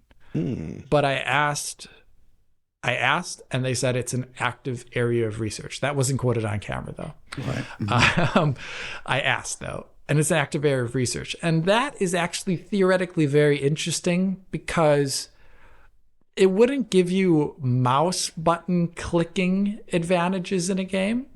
But if the mouse moved as if it were still without buffering a frame, because you would get rid of that buffered frame by actually just parallaxing it, it could lead to the situation where frame generation feels like it isn't actually adding anything from a mouse movement perspective. And I think that would be a huge win for frame generation. The question is, how do you warp a frame that is already an interpolated frame? And I don't know what that looks like. So that's an interesting line of research that I think we'll be seeing in the future at some point. when there's either enough machine learning capabilities in our hardware to do it, or when someone solves the hard question of research, like how do we actually warp an interpolated frame so it looks good? But yeah, it's a tricky one, though, that's for sure. But there will be some sort of solution in the fullness of time. But I just think the advantage of buffering the frame is that you just have what you might call as close as you're going to get to like a ground truth image to interpolate from. And being able to do that whole system without that ground truth is going to be super, super tricky. Let's move on to this question. It comes from Abby. Quite often in my YouTube recommended feed, I see videos pop up with title like issues with modern game graphics or insert franchise graphics getting worse. What are your thoughts on this phenomenon? Feels like an especially strong feeling this generation that games don't look better than they did last gen, which is wild considering the leap in compute. But I certainly do feel underwhelmed by the performance or visuals of games this generation often as well. The PS5's GPU is far beyond the PS4's, but how often do games look that much better? What do you reckon about this, John? I mean, the phenomenon of this particular type of video is gaining traction, that's for sure. For sure. And there is kind of like, what can we say? I think from my perspective, developers are looking to innovate and improve graphics in ways that are quite extraordinary, but beyond the technical leap of the hardware that's been delivered to them. And the result of that is that you get this improvement to visuals, but it does come with a cost, which I think is maybe what's causing this stuff. But I'm curious what you think about this. Correct. And I think it's a multi-pronged approach. And first, I would say that we are in sort of a state of growth in terms of graphics technology. And this is a state of growth that we've been in many times before, such as when 3D was first introduced to the world. It was very rough early on, but it was a necessary, difficult step to get there. During the PS360 generation, that was also a very difficult time. That was when we saw the rise of modern programmable pixel shaders, vertex shaders, and a lot of other modern techniques, real-time shadow maps everywhere, real-time lighting. But in many ways, it could be argued it looked worse than the generation that came before it. Now I think we're facing a multitude of problems that are all kind of coalescing together to create sort of something that I can see someone perceiving as a step back. First of all, you look back to say, one example that always springs to mind is something like Uncharted 4. Especially, I'm going to point out there's this room at the end during the epilogue to the game that is often highlighted as like, look at this is amazing. And it absolutely is. The reason it looks so amazing is because they have pre-calculated some beautiful lighting, and that combined with, of course, the artistry of the team that worked on the game, right? So this is like you're starting from this point. You have this beautiful area, beautiful room specifically. So what modern technology is trying to do, obviously, is, okay, can we reach this fidelity, but actually generate it in real time? That's where we're moving towards. But why do you want to do it in real time? Well, of one, that makes the actual lighting a lot more flexible in terms of what you can do with it. If it's just a single room like that, that's fine. Maybe you don't need it, but in a lot of cases, it can be very beneficial to gameplay because it allows for a more dynamic scene, especially once you start to tie in actual moving objects, physics-based objects, other enemies. Those things do not integrate naturally within those scenes. So that famous scene at the end of Uncharted, there's really nothing in there except for your character model walking around. And so as a result, they don't have to worry about that, which of course that opens another can of worms in terms of scoping your project based on what you're trying to do artistically, right? And all throughout history, there have been games that have attempted to push technology in one way or the other, and maybe they don't get the balance right. And they create something using technology that maybe they didn't need in the first place, right? That's a whole separate other thing. That's a problem.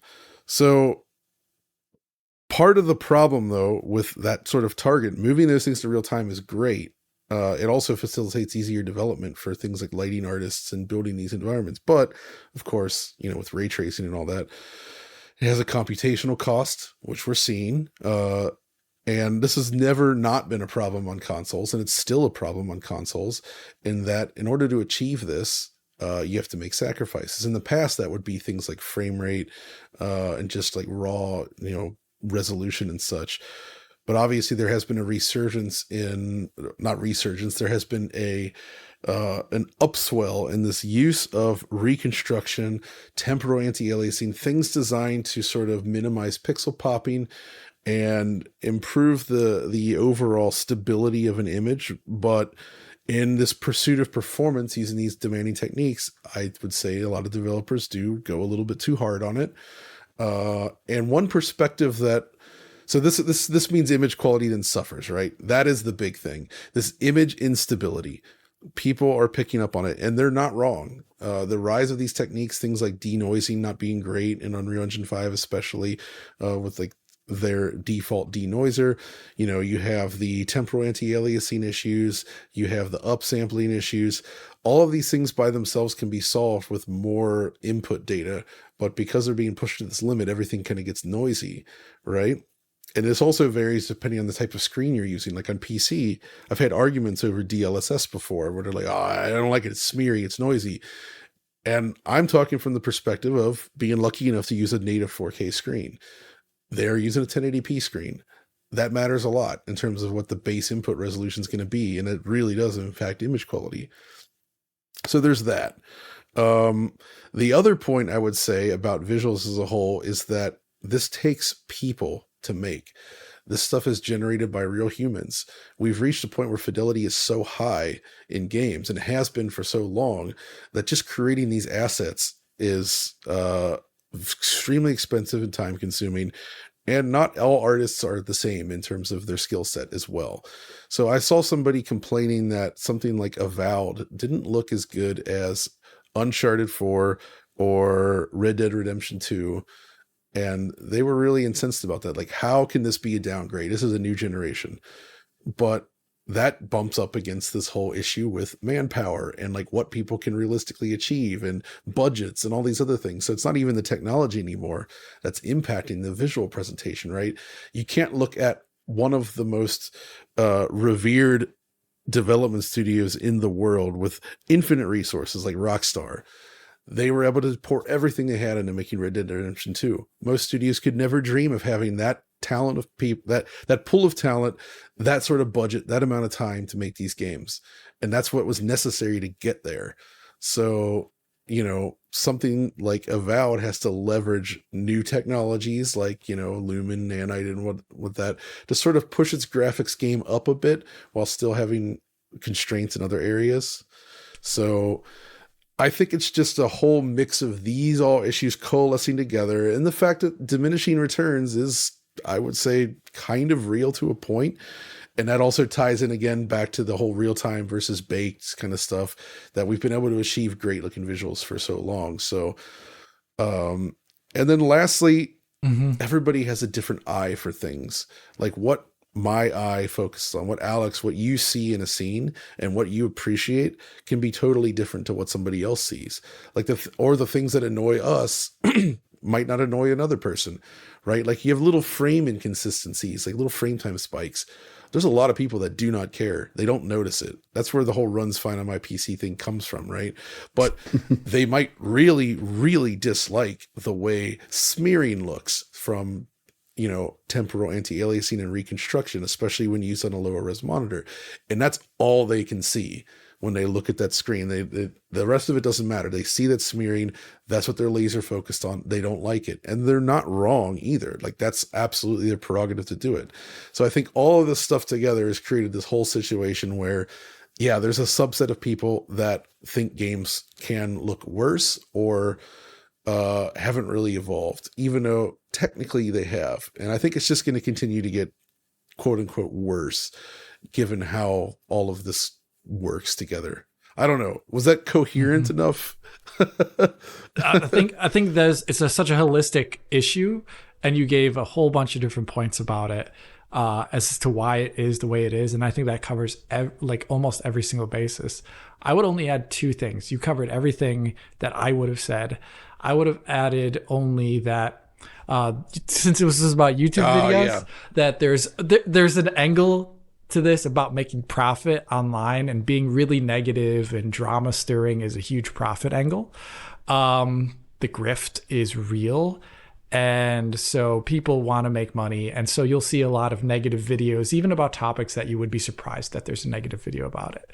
It's just a really good way to get people to talk and look at your video. But the second thing I would add to is just game stylization has changed over time.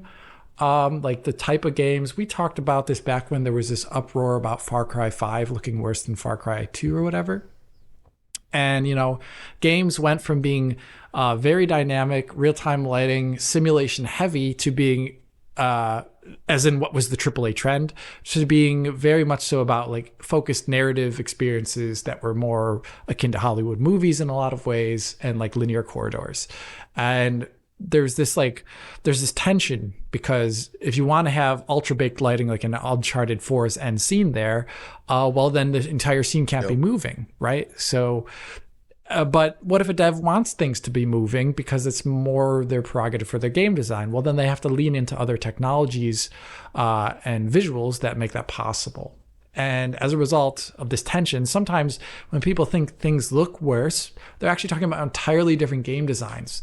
And I don't think those comparisons should be made apple to apple. They're apple to orange at that point. And it's always good to have context in mind as to what type of game we're talking about before we start comparing, I don't know, Red Dead Redemption 2 versus something else, right? Yep. And that was a really great point of yours about budget and Avowed. It was also, really Alex, I would say on top of that, people are asking for more interactivity in games, more simulation. We certainly are. This is key to getting there. Right? It went away for a reason, and it's because of this rise of all this advanced baked lighting, physically based materials, everybody trying to make these things look super realistic and good, and they got there. But I think something like the Order 1886 was one of the first to really do it. It's a perfect example of those limitations. It looks insanely good even today, but it is like extremely static. Everything is locked in, and game design actually followed this trend by and large for many, many years.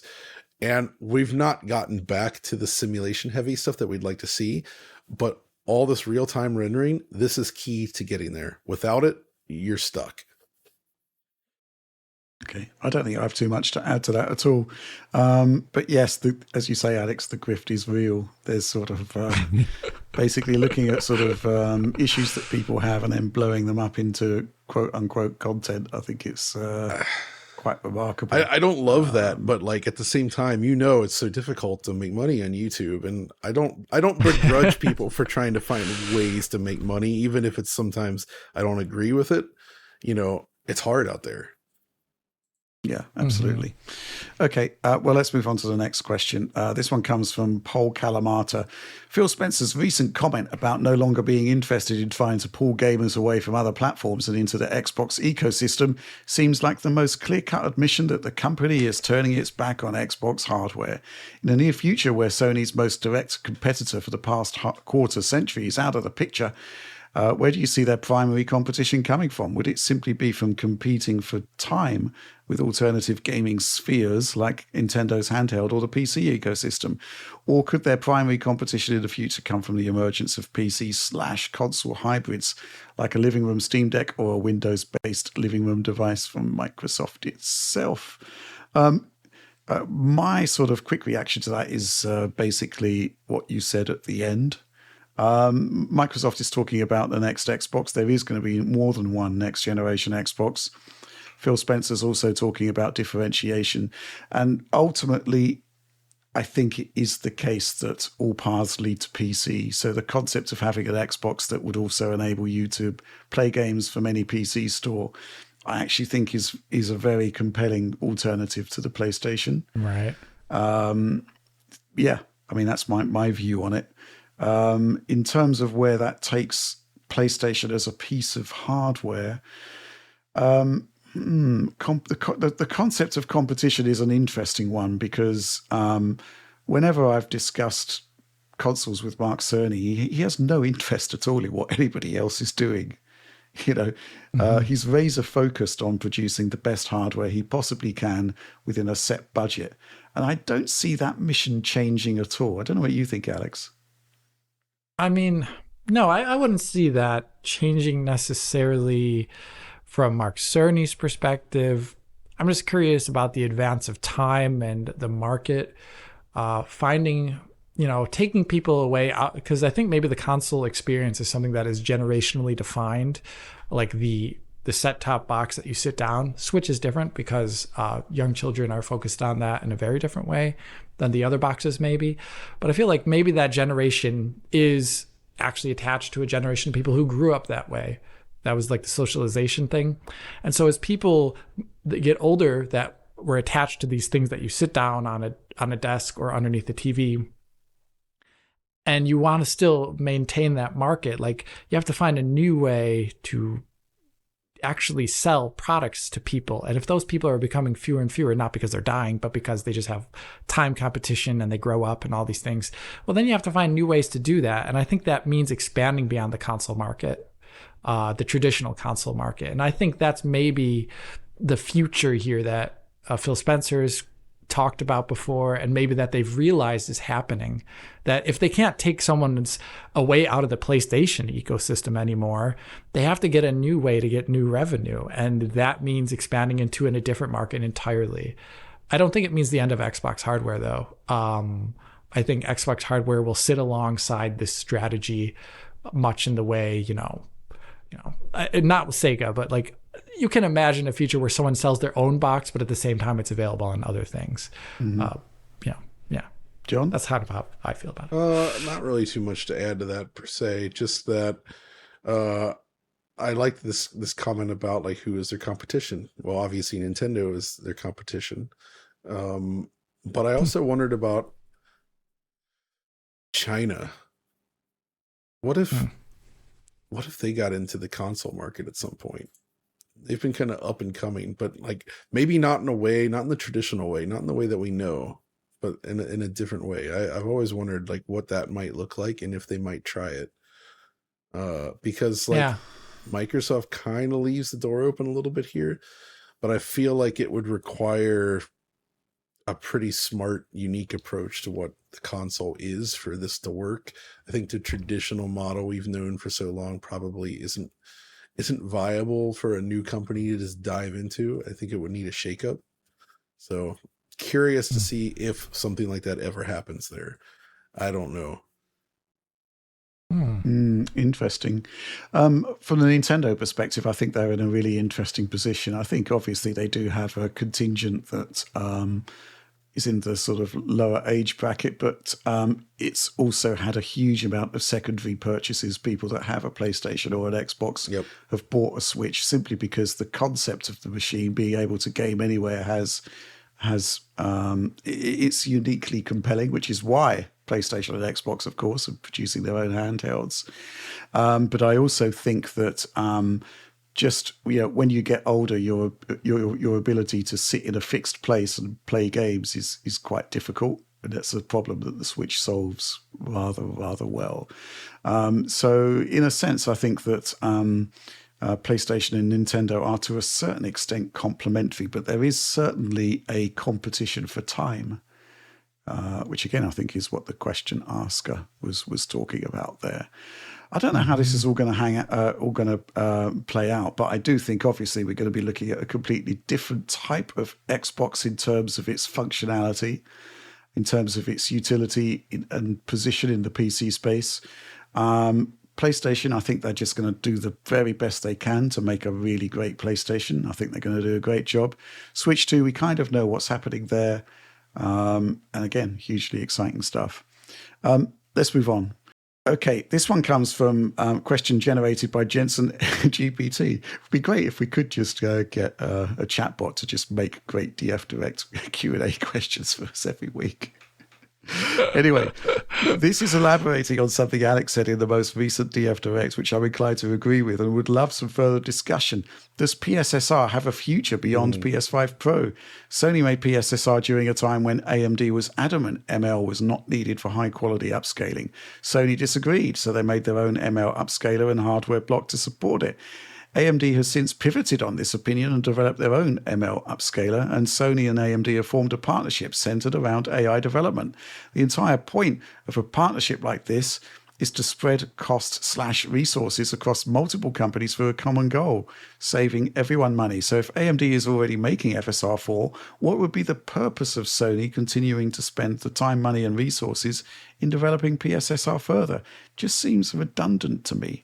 Yeah, this is an interesting point, right, Alex? Because we assumed that Sony would be developing PSSR because there wasn't an off-the-shelf AMD solution that they could tap into in the way that they have with ray tracing. And yet, CES 2025, kind of out of nowhere, we get what looked like a really good ML-based AI upscaler from AMD, which surely must have had some level of development time crossover with PSSR. I'm curious as to whether, well, the other thing which I think we can talk about from this question, there isn't exactly an ML block as such in the PS5 Pro. And I'm not sure there is in RDNA 4, but I'm curious as to what you make of this question more generally. I think the timelines were not lined up there at all. And I think, like you phrased it there, Rich, AMD pivoted at some point, perhaps in the middle of the development of the PS5 Pro, towards the latter half of its cycle. If you recall, an IDF Direct a number of months ago, there was an interview with the gentleman at AMD who said, I went to the team 10 months ago, or 12 months ago, and I said, machine learning's the future, guys. We have to make an FSR with ML. And at that timeline, we had already had like 4 years of DLSS2, even longer. And so, I think if we're to trust that AMD spokesperson on their word, that would definitely not be within the generative time span of when PS5 Pro was being concepted and they were going to be starting taping out and stuff like that. No, this was far later into that. So they would have already done a lot of this groundwork, and AMD is coming to the table late, essentially. And as a result, you have them focusing FSR4's development on the capabilities of RDNA 4, which are going to be greater than what's in PS5 Pro. And from a machine learning perspective, it's going to have a lot more TOPS, for example. So FSR4 can target that better and perhaps use a different model that is bigger. May not even be a CNN for all we know, for example. Could be a transformer model for all we know. Could be leveraging acceleration that is not even possible on PS5 Pro. And I think that this missing of timelines that were not completely aligned, and AMD coming into this game late, and Sony wanting to do it earlier because they have a very compelling reason to do it earlier. They want to bring out a new console. That we're kind of in this situation as we are right now. That is my assumption. And I think, though, if FSR4 proves to be really great in a way that PSSR is more like, Oliver could say a lot about PSSR, but, it's not so great always. Where if FSR4 proves to be just qualitatively much better, then it is definitely something I can imagine where, Sony leverages that in their next console instead of continuing work on PSSR, which is what I said last week. Okay. There we go. Cool. Any comments, John? Not really. There's just the construction wars continue. Yeah. Obviously, we're going to get you on to FSR4 ASAP. I'm excited about FSR4. Yeah. I mean, you've actually seen it, and it was just fantastic that they actually chose the game that you use for reconstruction testing, and you could actually go to an area that you use for the reconstruction testing very easily, put it through its paces. So yeah, I'm looking forward to seeing how that's all going to pan out, and also the extent to which those FSR 3.1 games can just be simply upgraded with the DLL swap trick. And I guess the way timelines are aligning, it might be the case that your analysis of DLSS transformer might form a part of the FSR4 review, kind of all in one big thing. We have to check that out. We can see how the timelines collide there. Let's move on. This question from Michael Pern, or Pearn. With that recent 24-hour outage in the PlayStation Network, which disabled the ability for digital games to be played, leading me to thank my backup disc collection, what do you think the future may hold to prevent this? Could we buy and store our digital licenses locally in some other non-Blu-ray disc media, or do we have to live with constant online DRM verification forever and all time. A local solution would also allow us to preserve and play old digital games when all gaming stores and their DRM APIs go offline. So it was a bit of a wake-up call, right, John? That PlayStation outage. I mean, it was like a day or so, 18 hours, I believe. But even so, a lot of people were quite rightly very unhappy. The concept that you pay money for a game that you can't play, not great. You can set, of course, your PlayStation to home console, which should work. But even so, what do you think? Well, I mean, it's not about the 18 hours. It just highlights the weakness in the system that when that goes down, it's over. So I think this is a real problem actually going forward because frankly, I don't think companies are that interested in investing money to circumvent this stuff or to allow it to exist after they theoretically shut things down, should that come to pass. You know what I mean? So we've not really seen this solved anywhere as far as I know. Like things with DRM digital licenses, whether we're talking movies, music, they protect them, and protecting them is what's most important to the companies. And investing in a solution that would allow you to play these games offline would require a lot of money. And that's something that would only really be necessary if those services were to shut down. And that's not what they're planning for. They're planning on growing and keeping the services running as much as they can. And if it gets to the point where they have to shut it down, something very bad has occurred. And they're not going to have the money to invest to ensure that customers can continue using the purchases. So cynically speaking, I do have a lot of concern that if we go all in on this digital stuff on closed platforms, closed being the key issue here, we're going to end up with a situation where stuff is just gone, inaccessible, which is why I've been kind of against the push towards full digital. PC is a different story because it is an open platform and DRM can be circumvented and often is. There are workarounds there, but closed platforms, it's a lot more difficult. So yeah, I'm not too positive about where we're going from here. I'm just happy that Nintendo is continuing to run with physical media for the Switch 2. I fear that whatever comes next from Sony and Microsoft will no longer have discs, however, or any other form of storage like that. The issue is that the only foolproof way to actually solve this problem is through piracy, which means circumventing the security features of the consoles to make this stuff happen. That isn't the preferred solution, but it is historically the only way that stuff like the Wii U eShop and whatnot has actually been preserved. Which is, kind of not quite right, almost ironic in a way. And I think it's probably going to be the same with Switch at some point because Switch has been compromised. Crazy stuff. Do you have any thoughts on this, Alex?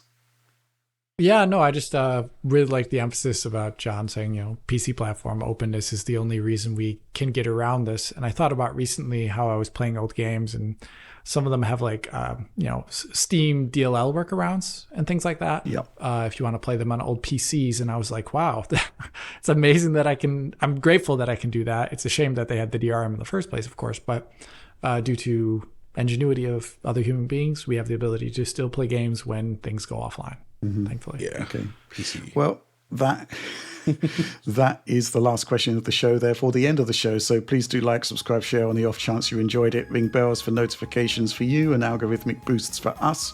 But please do consider supporting the DF supporter program. High quality video downloads of everything we do. Early access to DF Direct weekly each and every week. An amazing community there, news updates from the team every week. There's a lot going on there, so please do consider that. But that's all from us for now. Thanks for watching and supporting Digital Foundry, and we'll see you next week.